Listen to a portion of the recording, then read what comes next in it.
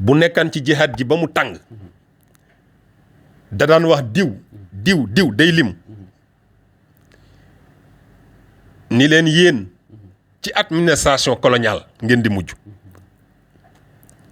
waaye li ma bëgg ci diine ji tariqa bi jàkka yi jumaa yi daara yi mu ni Malick rek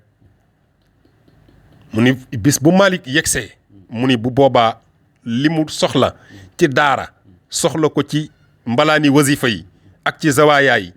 loolu il faut que Malick ñëw te loolu Cheikh Omar dëggal na ko parce que le vendredi 12 février 1864 avant muy disparaître bi mu yeewoo ci suba gi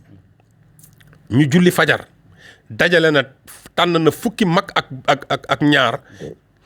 ñii ni fukki mag ak ñett ñii ni fukki mag ak benn waaye li gën a siiw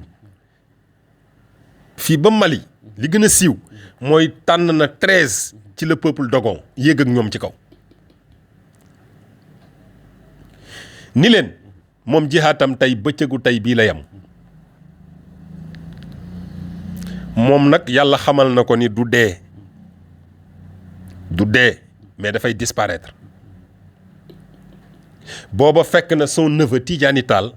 moom yabal na ko jox ko ay lettres pour mu dem tasaare ko ci zone yooyu pour utal ko renfort parce que boobu tubaab yi wër nañ ko. du dee maanaam yaa ngi ci jublu dundam du jeex wala. moom wax na ko sax xayaatan bilaa mawtin.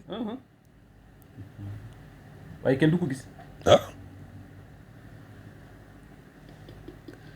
maanaam wali wu yàlla bind. danañu tiim bàmmeelam ziyaar ko ba mu des bu Cheikh Oumar.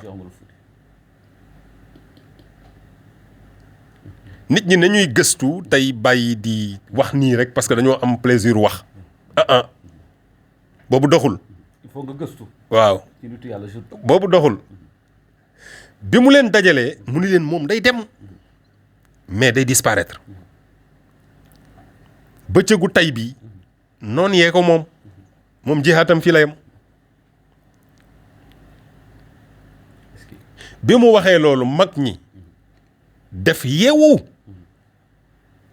ni ko waaw yow sa gannaaw léegi Cheikhou ñun fan la ñuy téye fu ñuy jàpp sa gannaaw parce que yow mënoo disparaître rek affaire bi bëgg faa këmm kamus quoi déedéet il faut nga wax ñu fu ñuy jàpp